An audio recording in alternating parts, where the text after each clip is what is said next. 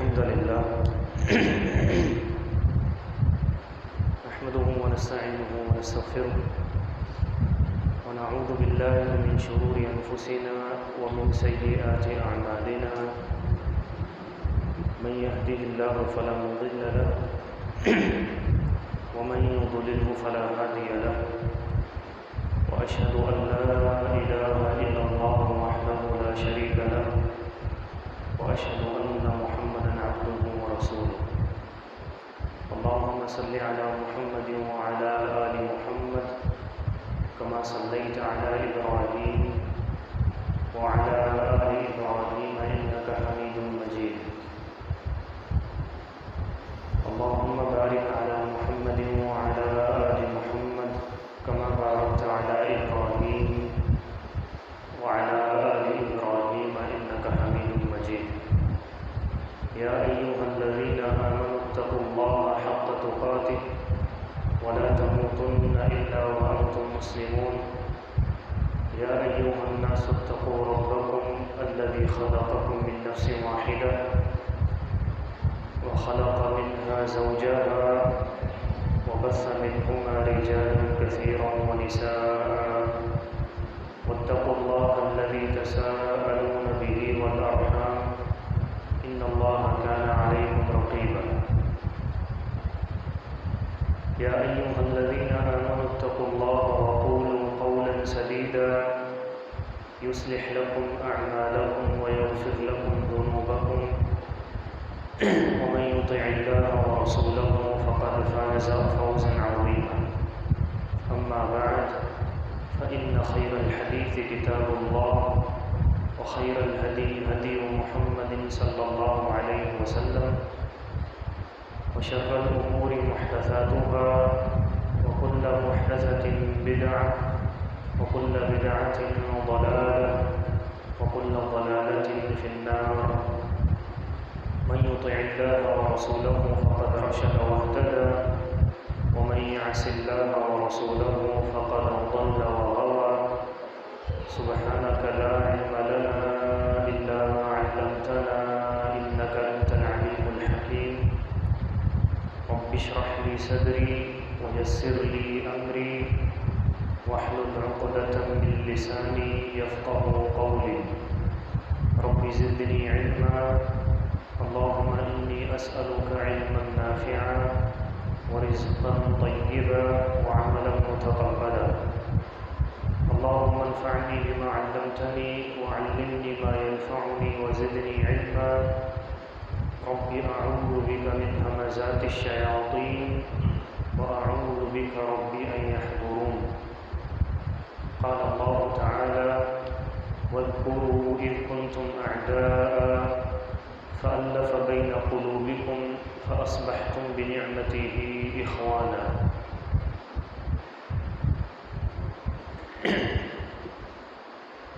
دور جاہلیت میں جہاں بہت سارے جرائم کا ارتکاب کیا جاتا تھا مثال کے طور پر اللہ تعالیٰ کی ذات کے ساتھ غیروں کو شریک کرنا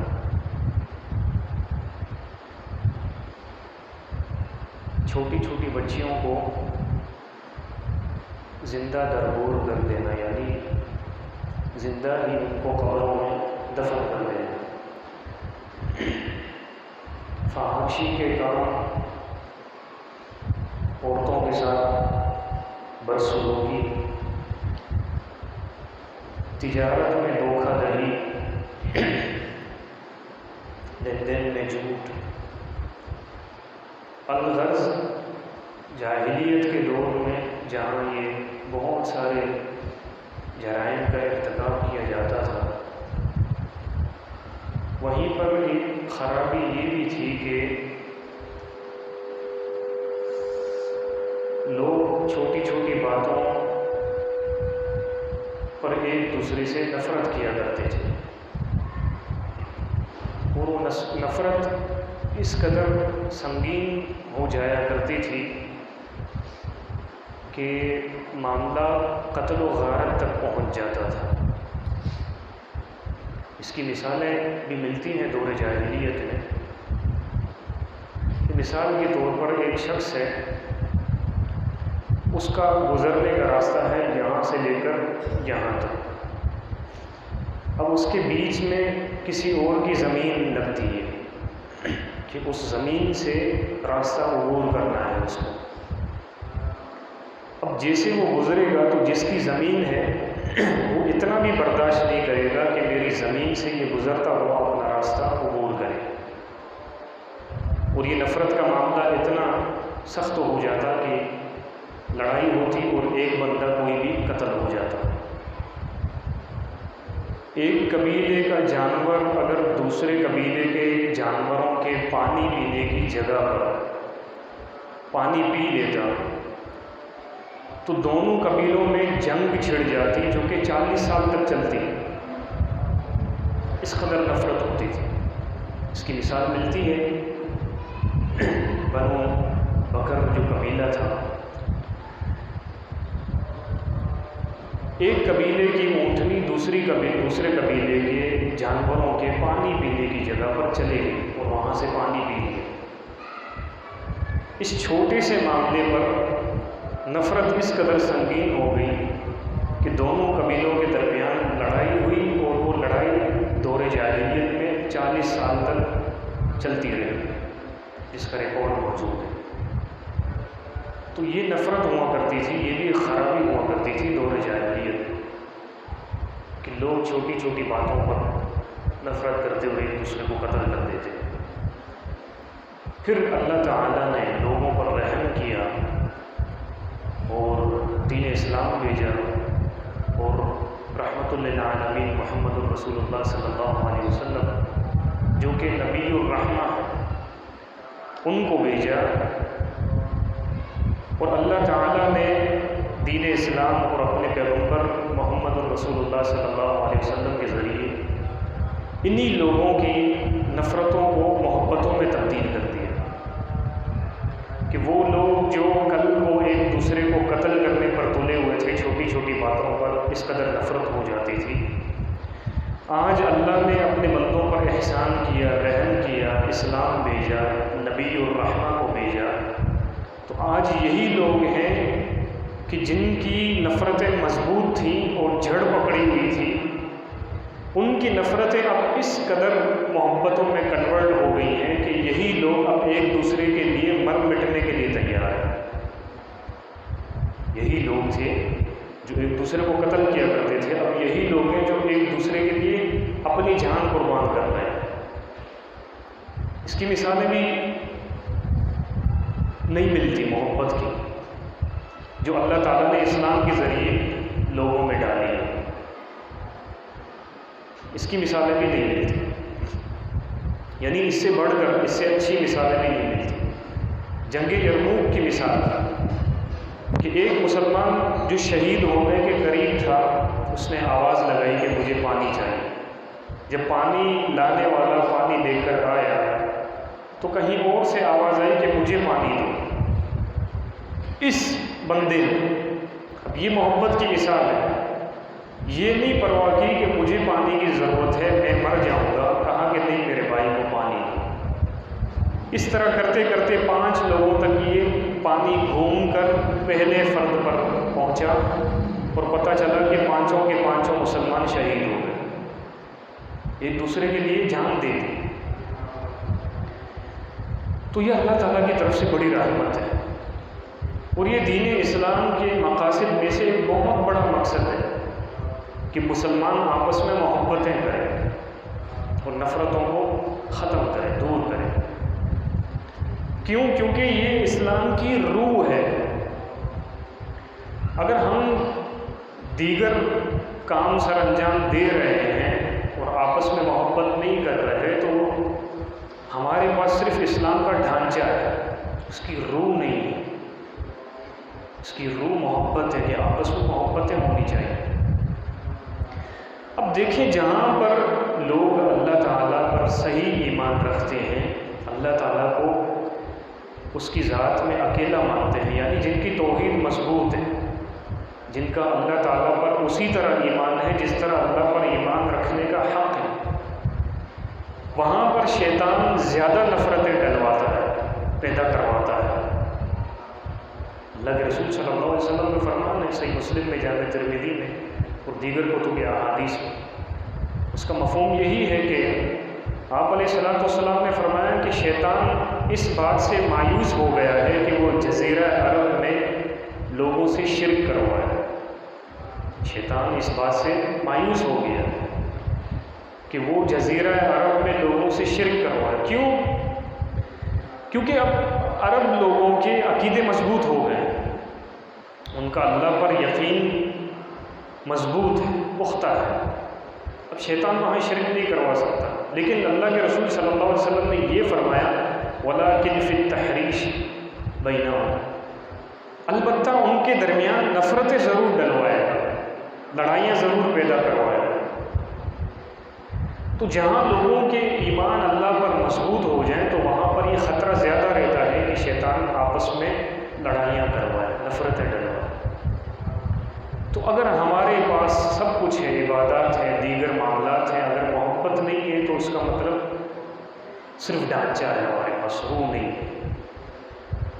اب یہ بھی اللہ تعالیٰ کا فضل ہے کہ دین اسلام تو مکمل ہو چکا ہے، لیکن اللہ تعالیٰ نے اس کے باوجود دین اسلام کو مکمل کرنے کے ساتھ ساتھ کچھ ایسے اسباب ہمیں دیے ہیں کہ جن اسباب کو اختیار کر کے ہم آپس میں محبتیں پیدا کر سکتے ہیں۔ اور اگر آپس میں کوئی نفرت چل رہی ہو، کوئی کینہ، کوئی چپکلش چل رہی ہو، تو ان اسباب کو اختیار کر کے موجودہ چپکلشیں بھی ختم ہو سکتی ہیں۔ یہ اللہ تعالیٰ کی طرف سے رحمت ہے۔ ان اسباب کے ساتھ ساتھ پھر اللہ کا فضل یہ بھی ہے کہ اللہ تعالیٰ نے دین اسلام میں ایسی بڑی بڑی نشانیاں بھی رکھی ہیں کہ جن کو دیکھ کر ہمارے اندر خود بخود محبت پیدا ہو جاتی ہے۔ ایسی اللہ تعالیٰ نے دین اسلام میں نشانیاں رکھی ہیں۔ سب سے بڑی نشانی بیت اللہ کا حج ہے۔ بیت اللہ کا حج ہے، مشرق سے، مغرب سے، جنوب سے، شمال سے، کالا، گورا، عربی، اجمی، چھوٹا، بڑا، فقیر، غنی، کمزور، طاقتور، ہر قسم کا آدمی ادھر آتا ہے۔ ہر قسم کا آدمی، دنیا کے کونے کونے سے لوگ آتے ہیں۔ اور جنہوں نے بیت اللہ کا حج کیا ہے ان کو پتہ ہے کہ کس قدر محبت کی فضا عام ہوتی ہے۔ کوئی کسی کا ہاتھ تھام رہا ہے، کوئی کسی سے گلے لگ رہا ہے، کوئی ایک دوسرے سے مل کر اپنا تعارف کروا رہا ہے، کوئی کسی کو کھجور دے رہا ہے، کوئی کسی کو پانی دے رہا ہے، کوئی کسی سے مل کر رو رہے ہیں۔ یہ محبت کی فضا ہے۔ نہ لسانی تعلق، نہ خونی تعلق، نہ علاقائی تعلق، نہ قومی تعلق، کسی قسم کا کوئی تعلق نہیں ہوتا، لیکن پھر بھی لوگ وہاں پہ جا کر محبتیں کرتے ہیں۔ اور یہی نہیں بلکہ جیسے یہ سفر شروع ہونے والا ہوتا ہے، آپ نے دیکھا ہوگا کہ جو ناراض رشتہ دار ہوتے ہیں وہ بھی اپنی ناراضگیاں ختم کرتے ہوئے حاجی جو جانے والا ہوتا ہے اس کے گھر پہ آ رہے ہوتے ہیں اور اپنے معاملات صاف کروانے کے لیے آتے ہیں۔ تو یہ بڑی نشانی ہے اللہ تعالیٰ کی طرف سے بیت اللہ کا حج۔ پھر جو بندہ وہاں جاتا ہے وہاں نفرتیں چھوڑ کر آتا ہے اور محبتیں سمیٹ کر آتا ہے۔ دوسری نشانی یہ نماز ہے جو اللہ تعالیٰ نے ہم پر 5 ٹائم فرض کی۔ روزانہ ہم نماز پڑھنے آتے ہیں اور روزانہ اپنے انہی لوگوں سے ملتے ہیں جن سے ہماری روزمرہ کی بنیاد پر ملاقات ہوتی ہے۔ ایک دوسرے سے حال احوال ہوتا رہتا ہے، ایک دوسرے کی خبر گیری لیتے رہتے ہیں، ملاقاتیں ہوتی رہتی ہیں، قدم سے قدم، کندھے سے کندھا ملا کر کھڑے ہوتے ہیں۔ پھر اس سے ایک قدم آگے جمعے کی نماز جو عام نمازوں سے افضل نماز ہے، اس میں ہم نئے لوگوں سے ملتے ہیں، طرح طرح کے لوگ ملتے ہیں۔ اور اتنی اللہ تعالیٰ نے اس نشانی کو محبت سے بھرپور رکھا ہے کہ وہ 2 لوگ جن کی آپس میں چپکلش ہے، کوئی رنجش ہے، اگر ان کو آپس میں کھڑے ہونے کے علاوہ کہیں اور جگہ نہیں ملتی تو پھر بھی وہ آپس میں کھڑے ہو جاتے ہیں۔ ایسا ہے کہ نہیں؟ یہ محبت ہے کہ نہیں؟ کہ ساری نفرتیں چھوڑ کر ایک طرف رکھ کر دونوں بھائی جن کے درمیان نفرت ہے پھر بھی صف کے ساتھ کھڑے ہوتے ہیں. یہ اللہ تعالیٰ کی طرف سے یہ نشانی ہے. پھر 2 قدم آگے چلیں تو عیدین کی نماز ہے، عید الفطر اور عید الاضحیٰ. کون نہیں آتا اس عید کی نماز میں؟ ہر قسم کا آدمی آتا ہے. وہ عورت بھی آتی ہے جس کے ایام مخصوصہ چل رہے ہیں، اس کو بھی حکم ہے کہ آپ بھی آ جاؤ، مسلمانوں کی دعائیں جو ہوتی ہیں اس میں شامل ہو جاؤ اور محبتیں سمیٹو. لوگ ایک دوسرے سے مل رہے ہوتے ہیں، پورے سال میں جو رنجشیں ہوتی ہیں اس کی معافی تلافی لے رہے ہوتے ہیں. ایسا ہے کہ نہیں؟ گلے مل کر رو رہے ہوتے ہیں، رشتہ داروں کے گھر جا کر رو رہے ہوتے ہیں. یہ اللہ تعالیٰ کی طرف سے بڑی نشانی ہے کہ خود کچھ بھی نہیں کرنا ہے، صرف آنا ہے، شرکت کرنی ہے اور محبت لینی ہے. یہ بڑی بڑی نشانیاں اللہ نے رکھی ہیں کہ جن کو دیکھ کر ایک مسلمان کا دل پگھل جاتا ہے اور اس کے دل میں محبت اللہ تعالیٰ خود بخود پیدا کر دیتا ہے. لیکن ان نشانیوں کے ساتھ ساتھ اللہ تعالیٰ نے اسباب بھی رکھے کہ جن کو اختیار کر کے بندہ اپنی جو موجودہ نفرت یا رنجش چل رہی ہوتی ہے اس کو بھی ختم کر دیتی ہے. یہ اسباب اس کو بھی ختم کر دیتے ہیں. سب سے پہلا سبب کیا ہے؟ سب سے پہلا سبب ہے، صحیح بخاری میں حدیث ہے، اللہ کے رسول صلی اللہ علیہ وسلم کا فرمان ہے، فرمایا آپ نے کہ لا تدخلوا الجنۃ حتى تؤمنوا ولا تؤمنوا حتى تحابوا ولا ادلكم على شيء اذا فعلتموه تحاببتم. نبی علیہ الصلوۃ والسلام نے فرمایا کہ تم اس وقت تک جنت میں داخل نہیں ہو سکتے جب تک تمہارا ایمان مکمل نہیں ہو جاتا، اور تمہارا ایمان اس وقت تک مکمل نہیں ہوگا جب تک تم آپس میں محبت نہیں کرنے لگ جاتے. پھر آگے نبی علیہ الصلوۃ والسلام نے فرمایا کہ کیا میں تمہیں ایسی چیز کی خبر نہ دوں، ایسا کام نہ بتاؤں کہ اگر تم وہ کام سر انجام دو گے تو تمہاری آپس میں محبت پیدا ہو جائے گی. صحابہ نے کہا کہ کیوں نہیں اللہ کے رسول صلی اللہ علیہ وسلم، ایسا کام ضرور بتائیں آپ، ہم تو چاہتے ہیں کہ ہماری آپس کی رنجشیں ختم ہو جائیں اور ہم آپس میں محبت کرنے لگیں. فرمایا کہ افش السلام بینکم، آپس میں سلام کو عام کیا کرو، ایک دوسرے کو سلام کیا کرو. دیکھیں ہم ان کو تو سلام کرتے ہیں جن کو ہم جانتے ہیں. اس سلام کی تاثیر جو کہ محبت کو کھینچ کر لے آتا ہے، اس کی تاثیر کا آپ کو اس وقت اندازہ ہوگا جب آپ اس شخص کو سلام کریں جس کو آپ نہیں جانتے. پھر دیکھیں کیسے محبت پیدا ہوتی ہے. ظاہر سی بات ہے، ایک بندہ جو آپ کو نہیں جانتا، آپ بھی اس کو نہیں جانتے، اگر آپ اس کو سلام کریں گے تو اس کے ذہن میں یہ بات کلک کرے گی کہ شاید میری بھی کوئی حیثیت ہے کہ فلاں بندے نے مجھے سلام کیا ہے. یہ اس کے ذہن میں یہ بات کلک کرے گی. اور اللہ نے اس سلام کے اندر ایسی تاثیر رکھی ہے کہ محبت ایسے پیدا ہو جاتی ہے کہ پھر کبھی اگر آپ کا اس اجنبی شخص کے پاس سے گزرنا ہوا جس کو آپ نے سلام کیا تھا اور آپ اس حال میں گزرے کہ آپ کی توجہ نہیں تھی کہ یہ بندہ میرے ساتھ سے گزر رہا ہے، میرے پاس سے گزر رہا ہے، پھر وہ بندہ آپ کو سلام کرے گا. ایسے ہی ہوتا ہے، وہ بندہ آپ کو سلام کرے گا. کیوں؟ کیونکہ پہلے سلام کے ذریعے آپ نے محبت کا بیج ڈال دیا ہے اس کے دل میں. اب وہ جہاں بھی آپ کو دیکھے گا وہ بھی آپ کو سلام کرے گا، اور اس طرح کیا ہوگا، آپس میں تعلق بن جاتا ہے. وہ دو بندے جن کی آپس میں رنجش چلتی ہے، ان کے بارے میں پیغمبر علیہ الصلوۃ والسلام کا فرمان ہے کہ دو بندے جو آپس میں ناراض ہیں ان کی حالت یہ ہوتی ہے کہ یلتقیان فیعرض ھذا ویعرض ھذا، کہ دو بندے جن کی آپس میں رنجش ہوتی ہے وہ جب آپس میں ان کی ملاقات ہو جائے راستے میں کہیں پہ مجلس میں، تو دل میں شیطان نے جو نفرت ڈالی ہے اس کے نتیجے میں فیعرض ھذا، یہ بندہ ادھر منہ کر لیتا ہے، ویعرض ھذا، اور یہ بندہ ادھر منہ کر لیتا ہے. اب تعلیم کیا ہے؟ تعلیم یہ ہے کہ وَخَيْرُهُمَ الَّذِي يَبْدَأُ بِالسَّلَامِ، ان دونوں میں سے بہتر شخص وہ ہے جو سلام کا بیج ڈال دے، جو کہ محبت کھینچ لاتا ہے. کیوں؟ بہتر کیوں ہے وہ شخص جو سلام میں پہل کرے؟ کیونکہ سلام کے ذریعے محبتیں ختم ہو جاتی ہیں۔ یہ اللہ تعالیٰ نے اس کے اندر تاثیر رکھی ہے کہ آپ اگر اس بندے کو جس سے آپ کی ناراضگی ہے اس کو سلام کریں گے، اگر اس کا ضمیر زندہ ہے تو اس کا ضمیر ضرور جوڑے گا کہ یار اب تعلقات جو منقطع ہو چکے ہیں اس کو پرانے طرز پر دوبارہ بحال کیا جائے۔ جس کا ضمیر زندہ ہوگا اس کو ضمیر ضرور جوڑے گا۔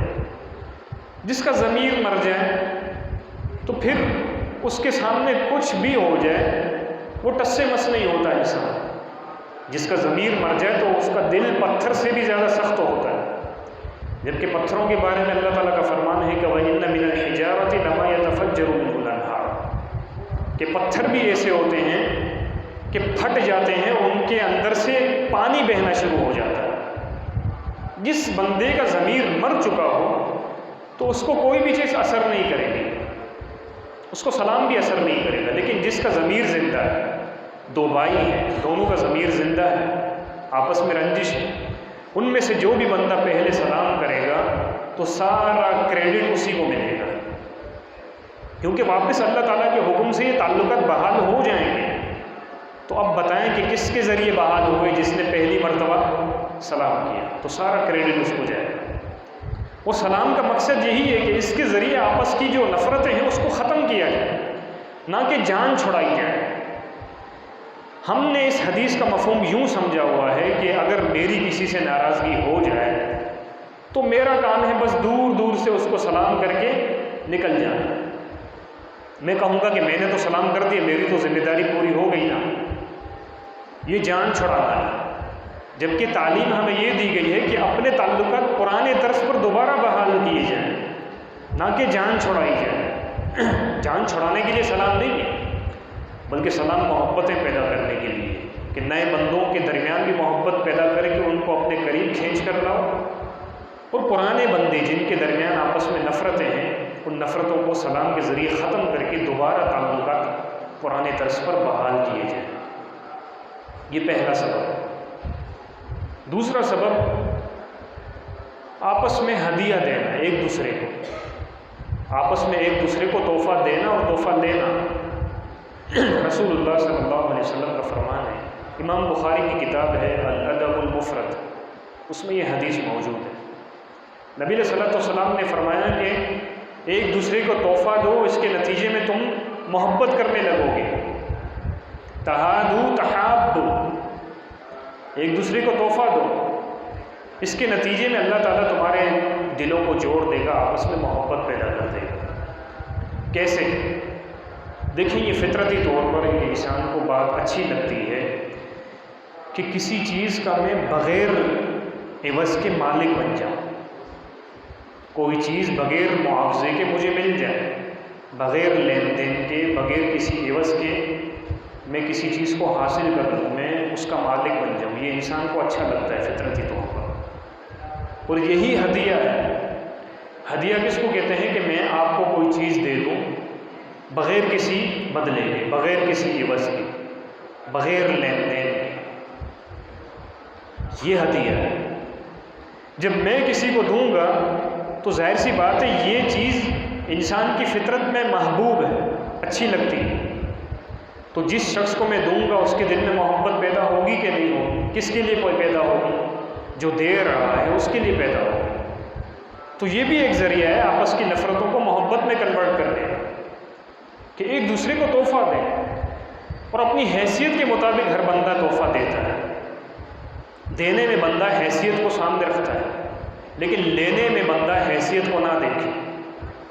دینے میں ہمیشہ حیثیت کو سامنے رکھا جاتا ہے، میری جتنی طاقت ہے اس کے حساب سے سامنے والے کو ہدیہ دے، لیکن لینے میں کوئی کرائیٹیریا نہیں ہونا چاہیے، کوئی معیار نہیں ہونا چاہیے۔ چاہے مجھے چھوٹا ہدیہ ملے چاہے بڑا ہدیہ ملے، چاہے کوئی کم قدر و منزلت والا شخص مجھے ہدیہ دے یا کوئی بڑے شرف والا شخص مجھے ہدیہ دے، میں ہر ایک کا ہدیہ قبول کروں۔ اللہ کے رسول صلی اللہ علیہ وسلم کا فرمان ہے جامع ترمذی میں، فرمایا کہ لو ہدیت الی قراع او ذراع لاجبت۔ اللہ کے رسول صلی اللہ علیہ وسلم کی سنت تھی کہ آپ خود بھی ہدیہ دیتے تھے، کہ کسی صحابی کو اپنی چادر دے دی، عمدہ چادر، اور اللہ کے رسول صلی اللہ علیہ وسلم کا کیا فرمان ہے اس حدیث میں؟ فرمایا کہ لو ہدیت الی قراع او ذراع لاعجبت، اگر مجھے بکری کے کھر بھی ہدیے میں دیے جائیں یا بکری کی دستی کا گوشت بھی مجھے ہدیے میں دیا جائے۔ اللہ کے رسول صلی اللہ علیہ وسلم کو بکری کی جو دستی تھی وہ بڑی پسند تھی، نبی علیہ الصلوۃ والسلام کے نزدیک وہ عمدہ گوشت تھا، عمدہ چیز تھی، آپ کو پسند تھی۔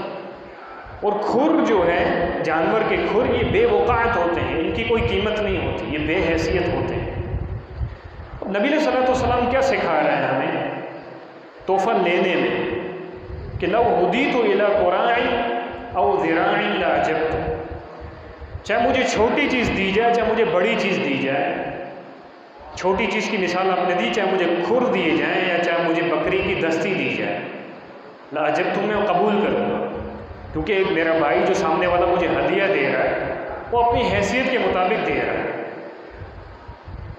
قطع نظر اس سے کہ وہ بڑی چیز ہے یا چھوٹی چیز ہے، میں سامنے والے کی رسپیکٹ کرتے ہوئے اس کا ہدیہ قبول کروں، اس سے آپس میں محبت پیدا ہوتی ہے۔ اگر آپ کو اللہ نے بڑی منزلت دی ہے، بڑا مقام دیا ہے، ایک چھوٹی منزلت والا آپ کو کوئی چھوٹا تحفہ دیتا ہے تو اس کے تحفے کو اچھے انداز سے قبول کرنا چاہیے، اس سے سامنے والے کے دل میں آپ کے لیے محبت پیدا ہو۔ تو یہ ہدیے دینا اور لینا یہ محبت کا بڑا مؤثر سبب ہے، اور خاص طور پر اللہ کے رسول صلی اللہ علیہ وسلم نے عورتوں کو تلقین کی۔ صحیح بخاری میں حدیث ہے، آپ نے فرمایا کہ یا نساء المسلمات لا تحقرن جارۃ لجارتها ولو فرس نشاۃ، فرمایا کہ اے مسلمان کی عورتوں، کوئی بھی پڑوسن کسی پڑوسن کے معمولی ہدیے کو بھی حقیر نہ سمجھے، ولو فرس نشاۃ، اگرچہ وہ پڑوسن اپنی پڑوسن کو بکری کے کھر ہی کیوں نہ دے، جس کی معاشرے میں کوئی حیثیت نہیں ہوتی۔ عورتوں کے اندر یہ زیادہ چیز ہوتی ہے کہ وہ چھوٹے تحائف کو رد کر دیتی ہیں اور عجیب و غریب آپس کی مجلسوں میں تبصرے کرتی ہیں کہ دیکھو تو صحیح فلاں نے مجھے کیا دیا ہے، کیا یہ چیز دی جاتی ہے؟ اور ان عورتوں نے زیادہ تر، ویسے تو مرد بھی اس کام میں آگے ہیں، اس تحفے کو قرض کی شکل بنا دی ہے۔ اب دیکھیں کوئی بھی خوشی کا موقع ہوتا ہے، کوئی ایونٹ ہوتا ہے، شادی بیاہ ہے، ولیمہ ہے، کوئی بھی خوشی کا ایونٹ ہے، اس میں ہم تحفے دیتے ہیں، زیادہ تر عورتیں، اب تو مرد بھی کرتے ہیں، اس نیت سے دیتے ہیں کہ اگر میں آج اس کو دوں گا اس کی شادی میں 500 تو کل کو میری شادی ہوگی تو یہ مجھے 500 دے گا۔ یہ قرض ہے، ہم نے اس کو قرض بنا دیا ہے کہ جو جتنا دے گا میں اس کو اتنا دوں گا، حالانکہ ایسا نہیں ہونا چاہیے۔ اب دیکھیں وہ چیز جو محبت کا سبب ہے آج ہمارے معاشرے میں وہ نفرت کا سبب ہے۔ یہ ہدیہ ہے، لینا دینا بغیر معاوضے کے، بغیر بدلے کے، لیکن میں نے اس کو نفرت کا سبب بنا دیا ہے۔ کس طرح؟ میں اگر کسی کو تحفے میں کوئی چیز دوں، پھر میرے گھر پر کوئی خوشی آئے اور مجھے وہ تحفے میں وہی چیز نہ دے تو میں اس کی غیبت کروں گا یا کروں گی، 4 عورتوں میں بیٹھ کر میں اس کی برائیاں کروں کہ دیکھو میں نے اس کو فلاں تحفہ دیا فلاں موقع پر لیکن اس نے مجھے نہیں دیا۔ تو یہ جو نفرت پھیل گئی ہے اس میں ہمارا قصور ہے، اس کو اس حیثیت سے تبدیل کرنا چاہیے، اصلاح کرنی چاہیے کہ اگر آپ نے کسی کو تحفہ دیا ہے تو آپ اس نیت سے نہ دیں کہ مجھے یہ واپس اسی شکل میں لوٹائے، اور اس طرح بھی اس مسئلے کی اصلاح کریں کہ اگر آپ کو کسی نے کوئی تحفہ دیا ہے 500 1000 روپے، آپ کی اگر حیثیت ہے تو آپ ڈبل کر کے اس کو دیں نا۔ اگر آپ کو کسی نے 500 دیے ہیں آپ اس کو تحفے میں 1000 روپے دیں، آپ کو کسی نے 1000 دیے ہیں آپ اس کو 2000 کر کے دیں۔ اگر اللہ نے آپ کو حیثیت دی ہے تو اس مسئلے کی اس طرح اصلاح کریں کہ آپ ڈبل کر کے دیں تحفہ، اور اس طرح بھی اس مسئلے کی اصلاح کی جا سکتی ہے اگر آپ کے اندر حیثیت نہیں ہے کہ جس نے آپ کو تحفہ دیا ہے اس کو آپ بدلہ دے سکیں تو آپ اس کو نہ دیں۔ کیا وہ آپ کا گلا پکڑے گا سامنے والا؟ آپ کو وہ سب کے سامنے کیا رسوا کرے گا کہ بھائی میری چیز واپس دو جو میں نے تمہیں تحفے میں دی تھی؟ اگر بالفرض و محال وہ ایسا کرتا ہے تو وہ کم ظرف انسان ہے، اس کا مطلب اس کو ثواب نہیں ملے گا، کیونکہ اس نے ہدیہ نہیں دیا ہے، بلکہ اس نے بدلہ لینے کے لیے ایک چیز تحفے میں دی ہے۔ تو یہ ہدیہ بڑا مؤثر سبب ہے آپس میں محبت پیدا کرنے کا، لیکن ہم نے اس کو نفرت کا سبب بنا دیا۔ دیکھیں اس کی مثال میگنیٹ کی ہے، میگنیٹ مقناطیس کے دو حصے اگر ہم صحیح سمت میں رکھیں گے تو کیا ہوگا، دور کے فاصلے سے بھی وہ مقناطیس چپک جائے گا، قریب ہو جائے گا۔ لیکن اگر اسی مقناطیس کو الٹا کر کے رکھوں میں اور اس کو میں قریب کروں تو کیا ہوتا ہے، دور ہو جاتا ہے۔ ایک ایسی چیز پیدا ہوتی ہے کہ یہی مقناطیس دور ہو جاتا ہے۔ تو ایک چیز جس کا استعمال صحیح ہے، ہدیہ، کہ بغیر لین دین اور بغیر بدلے کے دینا چاہیے، اس سے محبت پیدا ہوگی۔ اس کی مثال مقناطیس کی ہے کہ اگر ہدیے کو صحیح طور پر استعمال کریں گے تو یہ ہدیہ مقناطیس کی طرح دو لوگوں کو ایک دوسرے کے قریب کھینچ کر لے آتا ہے۔ لیکن اسی کو اگر الٹا کر کے استعمال کریں گے کہ میں ہدیہ اس نیت سے دوں کہ یہ مجھے دے گا، تو اس نے مقناطیس کو الٹا کر دیا ہے کہ جتنا بھی یہ قریب لے کر آئے گا یہ نہیں چپکے گا، بلکہ دور ہو جائیں گے دونوں حصے۔ تو یہ دوسرا سبب ہے آپس میں محبت پیدا کرنے کا۔ تیسرا سبب اللہ کے رسول صلی اللہ علیہ وسلم کا فرمان ہے ابن ماجہ میں، آپ علیہ الصلوۃ والسلام نے فرمایا کہ ازہد فی الدنیا یحبک اللہ، اگر تم چاہتے ہو کہ لوگ تم سے محبت کریں، آپس میں تمہاری محبت پیدا ہو، تو اللہ تعالیٰ نے جو لوگوں کو نعمتیں دی ہیں ان سے اپنی نظروں کو ہٹا دو، ان سے اپنی نظروں کو ہٹا دو، اپنے دل میں لالچ کو ختم کر دو، لالچ پیدا مت کرو کہ کسی سے تم اس غرض سے تعلق قائم کرو کہ مجھے اس سے کچھ فائدہ مل جائے۔ اس کی کیا لاجک ہے؟ اس کی لاجک یہی ہے، دیکھیں دنیا ہر ایک کے نزدیک محبوب چیز ہے، ہر ایک کے نزدیک، ہر ایک کے نزدیک، اور دنیاوی نعمتوں میں خاص طور پر مال انسان کو بڑا اچھا لگتا ہے۔ اگر آپ کسی بھائی سے لین دین کرنا شروع کر دیں گے تو اسی دن سے آپ کے تعلق میں دراڑ پیدا ہو جائے گی، جو محبت ہے وہ کمزور ہو جائے گی۔ ایسے ہوتا ہے کہ نہیں ہوتا؟ آپ کسی سے قرض مانگ کر دیکھیں، بھلے اگر سامنے والا بہت ہی اچھا دوست ہے آپ کا، آپ کو یہ فیل نہیں کرواتا کہ آپ نے اس سے پیسے لیے، لیکن کم از کم آپ کے دل میں یہ شرمندگی ضرور پیدا ہوگی وقتاً فوقتاً کہ یار میں نے اس بندے کا احسان لیا، اور اس طرح محبت کم ہو جاتی ہے۔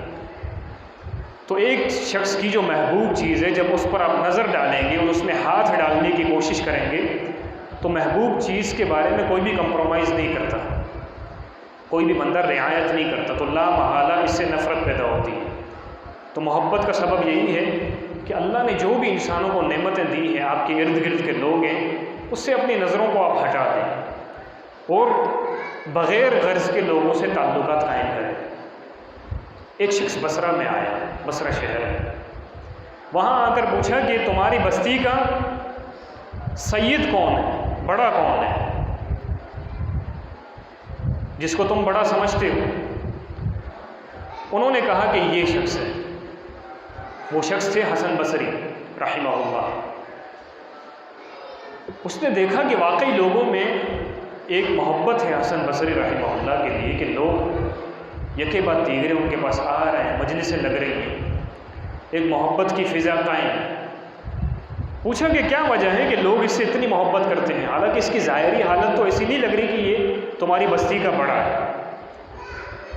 انہوں نے کہا کہ ایک تو بات یہ ہے بستی والوں نے کہ اللہ نے اس بندے کو علم پڑھا دیا ہے،